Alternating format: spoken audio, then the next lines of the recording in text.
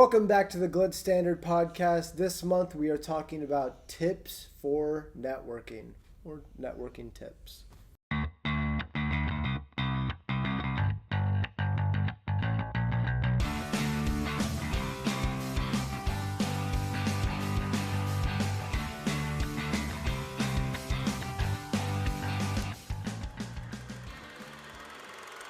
All right, so I don't know if you've noticed, but it's World Cup Day. World Cup winners right here. Pretty exciting stuff in the Glint office. You know, we're big soccer people, but anyways, that's really not the point of this episode. I mean, it kind of is. Launching the beautiful game across the world. We're going to do some networking this afternoon. First game's kicking off.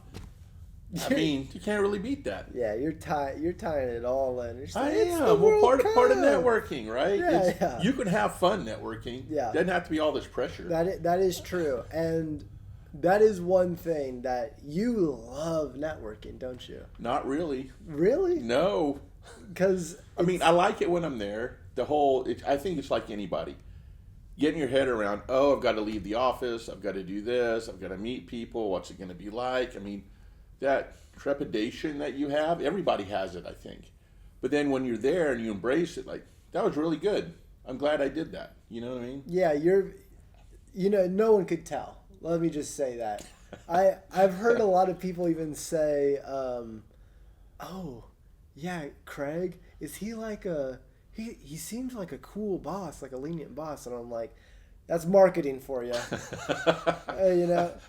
the networking events, this guy hates networking. I don't think so. But I don't hate it. It has a purpose. I just don't look forward to it. Yeah.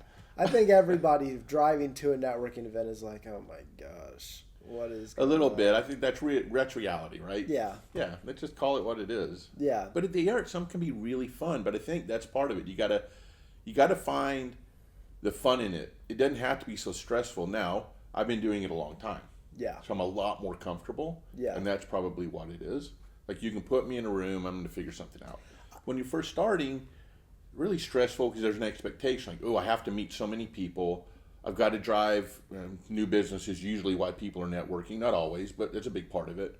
I've got to get so many leads or it's going to look like I'm not doing my job. And you have all this stuff building in your head before you get there. Not a good framework to walk into somewhere because you're probably not going to network very well. Yeah, and I think that too. Whenever I feel like you go to networking events with a goal, you have your script almost to say. You know that if you talk to this kind of person, this is the type of thing I'm going to say. You've done your reps, I guess.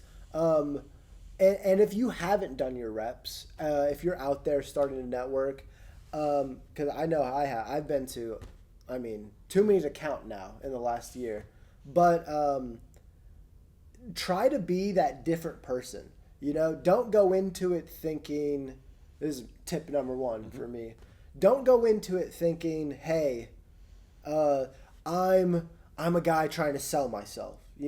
Maybe one time or a few conversations that you have, be the person that's trying to buy, because every person is either looking for something or they're trying to sell themselves. Take it from the other point of view. Just one time, if you meet someone who, I don't really think I can sell to them, be the buyer in that situation. You meet somebody with the same job as you're both marketers, just pretend and see how they respond to your questions and really press them. Kind of be like a jerk to them. I don't be a jerk. But I don't mean it like that. But be hard with them. Be the boss. So there's a big difference between as you're starting out going to learn how to be a good networker, and I think your point there is valid. Like, try some different angles. Yeah. Try to be soft. Try to be hard. Try to do this. Always be respectful and courteous. Yeah, of course. But see what kind of responses you get. Put it on. See how people respond to your answers, because that will help you respond to theirs, type of thing, right? Yeah. My tip number one is go in there trying to help and problem solve for others. That's it. It's pretty straightforward. If you do that, the conversations will be better. Pressure drops on both sides. Everybody's there trying to do the thing. But back to your first point, be a buyer or be a seller. You've gone to network. Everybody's been to a networking event where it seems like everyone's a seller. Rarely do you go to one where everyone's a buyer. What you really want is a balance of both. That's a good group. But at the end of the day, you're not walking into a networking group saying, I have this, do you need it? No, and you're moving on. You should be going and trying to build relationships. Rarely, especially in our business, are you going to get any business from meeting somebody the very first time. They need to know who you are, like who you are. It's the first point of building trust. And then that can be follow-up. The more you help, the more someone else will want to help. Someone has to go first. What gets frustrating for some people is they tend to help a lot, and they don't feel like they're getting anything in return. And that's often true. But you do have to ask. You have to ask for the help, and not just assume people are going to give it to you, because they're just not. Not because they don't care. You're never going to be the top priority for them. So that's my tip. Yeah, and even talking about that, I have more. I feel like my tips are like they're gonna be like tangible things that they'll just get you out of the system of networking. Because let me tell you, every person at a networking event, if you want to be real and you want to get real business and have those connections, don't go up and say, "Hi, how are you? Nice to meet you. My name's Jake. Here's my business card. I do this." That's what everyone does. So I'm gonna give some nuanced tips, I guess. Okay. One of my tips, and it's hit or miss. I think of networking as like dating. Okay. Okay. I haven't done that in a while. So. But if you think about it, do you want to be the guy in the dating scene, or do you want to be the girl that's desired? Okay? Maybe it's kind of weird, but if I'm at a networking event and someone comes up to me and they want to talk this big game and I talk the big game right back to them, I want to let them know that my time is valuable too. So sometimes I'll just be like, "Oh, I got to go. I got to walk over here." After you hit them with some big knowledge, big important words, I guess. Mm-hmm. And then you say, "All right, I'll see you guys later." And I'll tell you, so many times those people, they follow, they come with you and they're like, "Oh, I want to know more." Or they're like, "Oh, I wasn't done." Or they feel like they've said something. It's that buyer versus seller mentality. They feel like, "Oh, I didn't sell him enough because he walked away." And so I'm going, and later they're actively searching for me at the event and being like, "Oh, hey, I wanted to talk to you some more," And I don't know, it brings your self-value. It gives you credibility. It's a really good point. It makes people want to work with you. Well, I think the fact that you realize your time is valuable, everyone should realize that. Yeah. And you only have so much of it. I mean, you have to be selective, unfortunately. And when you're either not comfortable, you're not connecting with that person, doesn't feel right, it's not something you need, whatever that is, it's okay to say, "No, not really interested, thank you though," and walk away, because there is a point to do it. You're not just going there to meet people. Yeah. That's not really the point of it. It could be 2 people, it could be 20 people, it could be 200 people. The purpose of it is the same. You're trying to build relationships as a starting point. And if you know that's not going to be there right away, say you're dating, you move on from that. Yeah. Because it's just not there. Now later, maybe it does become something, but that 50-50 give has to come from the other person at that point. And then vice versa, people will do that to you too. And then later you can reconnect with them in a different setting, a different event. And the conversations are going to be different, because now you're on mutual ground is the best way to say it. The biggest split I see in that is when you have more senior people in a room and maybe people starting their career. And that disconnect, there's a lot of arrogance here. It can also be here. Mm-hmm. There's a lot of self-doubt here. It can also be here. Everybody has the same things, but you'll try to tend to group into what you're comfortable with and what you're used to being around. And what I'll encourage people to do is, if you're here, get down here. listen. Maybe coach a little, but maybe listen. Maybe you can learn something. And if you're here, do the same thing, but don't go saying, hey, teach me. Bring something to the table. Yeah. They're better conversations. Now everybody's in the middle, and everybody is seeing value, because at the end of the day, you never know where your next opportunity is going to come from. It might not be the person you met, but it could be their boss, or it could be somebody they know. Or, hey, you're starting a business or whatever, and you've had it for 4 or 5 years, you don't know what to do, you need to call this company. You're establishing a good reputation is what you're trying to do in networking events. Yeah. Yeah, I agree with that. A lot of the times whenever I'm at networking events, you run into people that it's those people that they're not bought in, I guess. Or they're like doing it because their boss told them to, you know, and True. those are the type of people that, you know, as a younger person, I get stuck with that crowd sometimes, where Sure. people are just like, oh, this guy's talking to a person, I'm supposed to talk to a person, I'm going to just go up to him. A lot of people that come up to me are younger people or old guys, you know? The older guys are different. They just want to talk about life. And I've found that those are some of the biggest lead opportunities For sure. that I get. Mm-hmm. But, you know, it's a little bit different because, I mean, I know this is tips and stuff. Not a lot of people that are older are probably going to be clicking on this video. They're probably people like going to their first networking event. I'd say, you know, just go and don't force it, I guess. We're a big authenticity type of podcast, but let me finish, you know.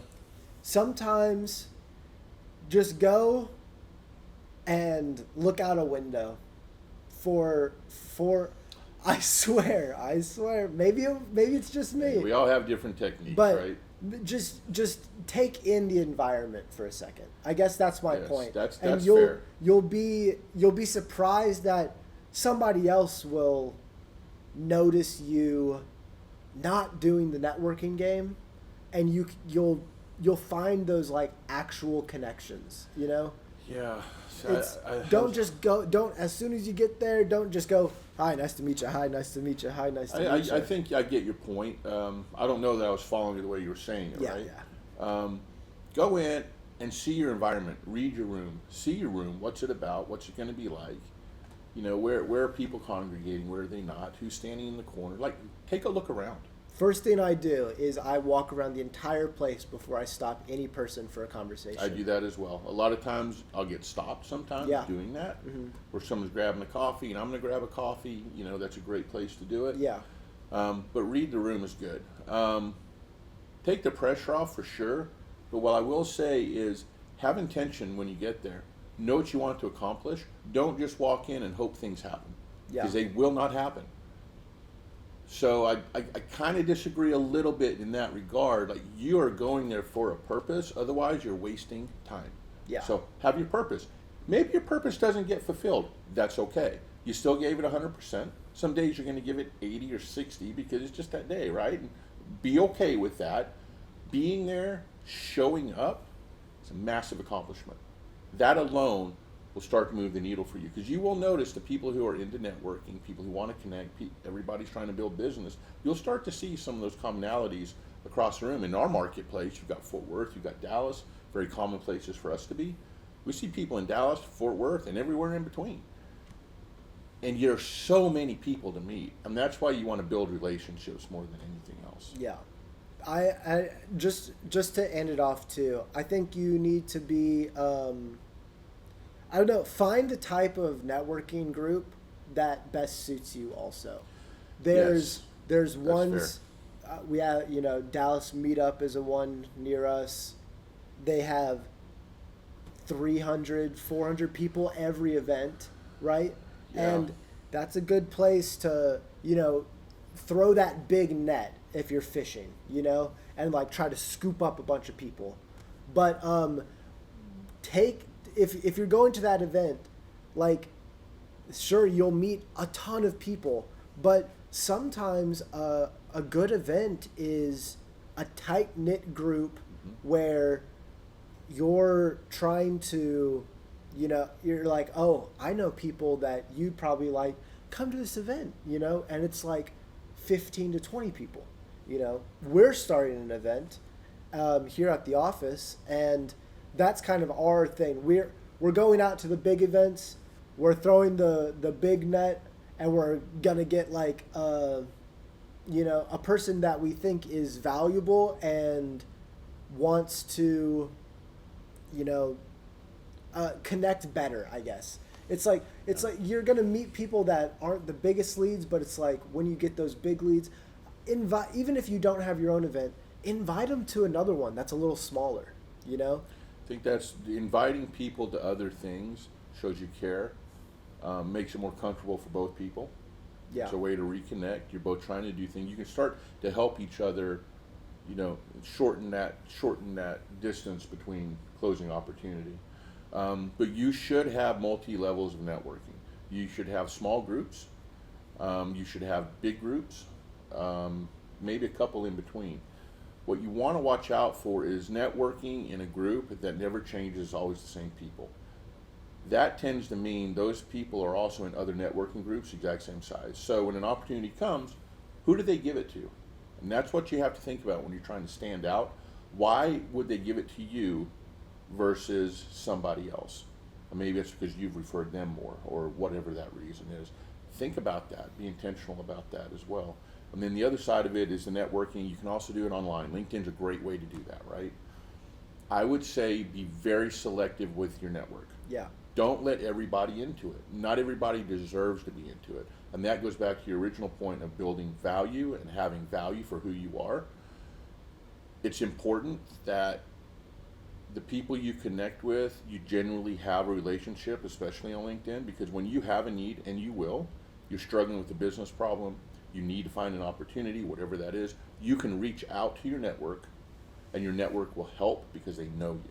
Yeah. Where if it's just a bunch of people who you have no really deep connection with, there's going to be no movement there at all. You may look like you're doing great, but there's no movement there at all. That is one thing that, as a younger person using LinkedIn, that is one thing that I see a lot. People, oh, you went to the same school as me? Connect. They're not followers. You know what I mean? They're followers. They're not connectors. Yes, I guess is the word, yeah, right? They're not really doing much for you. Now, if you're trying to disseminate information and get as broad as possible, playing with the algorithms, great, that works. But at the end of the day, is that the purpose, or is the purpose try to connect and find opportunity? If that's the case, who cares what the algorithms are? Yeah. Right? Who cares what you're following is your likes and all? It doesn't matter. Yeah. Same type of thing when you're in person. It's a lot about not to get off topic, but it's even how we talk about social media for businesses, where it's like, what's the goal, and I think it's good to establish that with everything, just going to a networking event, have a goal. That's a great tip. But is this like company that sells washing machines? Are they trying to go viral? Like, no, they don't need to make content to get them to have 1 million followers, because that's a different business at that point. Depends on which company it is. I mean, think. sure, but and that's the thing. There's always nuance, right? It depends, but back to your point, have a goal for your networking and even your business development. If your networking is broadly first, I want to go to 4 events this month. I want one to have 200 people. I want one to have 20. I want one to be within this industry. I want one to be here. Whatever that is, define that. Yeah. Make that happen. Now, this first event's coming up. What's your goal at that event? I want to connect with 10 people, learn more about them in a personal way so I can follow up on LinkedIn or however you can, or email or phone call, whatever it is you want to do, so I can start building a relationship because I want to work within this industry. Or it's, I want to go in, I'm selling a widget, and I really want to try to sell one widget and show the value of it and get some feedback to see if I'm doing it well, if people connecting. So I can change my script, and then I'll do that in my next one. But always have a purpose and intention for showing up. Yeah. That's what I would say. So that's a really good point. I think that's it. That's the podcast. But we always leave you something. Who do you think? Go England, baby! Yeah, who do you think's gonna win the World Cup? They're due. They're due. They're totally due. It's coming home. I wouldn't be disappointed if Germany wins either. Okay. Just saying. I think I know what you're gonna say. Portugal's gonna win. Not Spain. España? No. No? I don't think Spain's gonna win. Okay. All right. We'll see. And wait, let me talk deep ball knowledge. Okay. Okay. France, Argentina's not gonna win. Messi, not my goat, but it's hard to win back to back. Argentina's not gonna win. A big favorite is France. France is not gonna win, and let me tell you why. Why? So there's this guy. His name's Ousmane Dembele. He plays for PSG. They've won the Champions League twice in a row. He won the Ballon d'Or last year. Best player in the world, right? There's another person on France named Kylian Mbappe. I was going to say, is it Mbappe? And I know him. he played for PSG forever. Never won the Champions League. As soon as he leaves to go to Real Madrid, they win. And he's supposed to be the guy, you know? And then he leaves PSG and they win the Champions League. Now his kind of Robin to his Batman is winning the Ballon d'Or. And now they're on a team together. And so are you going to give the best player in the world voted by the ball? Is he going to be the captain, or is it still Mbappe's team? And Mbappe, he's going to say, it's still my team. And he's going to be greedy, and he's not going to pass, and there's going to be times when he can pass it across the goal, and he's going to shoot. And So they won't win. Yeah, it'll be interesting to see that, because that comes down to the exact point of why we love this sport so much, is chemistry. Yeah, You cannot have the best players and have the best team. yeah. Chemistry matters so much. Also matters networking. I knew you were going to bring it back. You know, when you're building your networking group, have good chemistry within it, and everything will work out fine. And it will. But they also say the same thing about Cristiano Ronaldo. But this is the year. This is Portugal's going to win. This is the year Let's see. this is his last World Cup. He's giving the reins away to a great Portuguese team. Argentina, they need Messi, and I hate him. Wow, you can't hate talent like that. I don't But it hate is him. what it is. I don't hate him, Yeah. but something. He's too humble. I hate a humble guy. Love it. I hate a humble guy who's the best. It's like just I love be it. cool for a second, Yeah. you know? Okay. Well, that's the podcast. A little bit of soccer talk. Love it. We should just transition to a soccer podcast. Business development, business- watching the first game. Yeah. That's what we're going to go do our networking right now. Yeah. While watching the first World Cup game. Yeah, yeah. But And we will network. Yeah. But that's a good podcast. You know where the podcasts are at. They're everywhere. Where do you listen to podcasts? Guess what? We're there. Okay. Like, comment, subscribe. We're going to tell you all to do that in a second anyways again. But do you have anything else to say? Yeah, I mean, if you want networking tips, hit us up. I mean, it's fine. Yeah, We're going to really. start doing our own networking events because we're not finding the ones that we think are as good as they probably should be. If that's something you'd like to be included in, just shoot your name to us. Yeah, shoot us a either message. leave it in the description or send it to agency@theglintstandard.com, and we'll get it there. It is going to be an invite only. So yeah, I mean that's really the best way to start getting involved if you're in the local area. Yep. Message us on Instagram or Facebook too. Yeah, we'll see it all. So, all right. Podcast wrapped. I think that was a pretty good informational podcast. What do you guys think? We have a lot of fun ones, and we've got some more informational ones. So click here if you want to watch those, and click right here if you want to subscribe.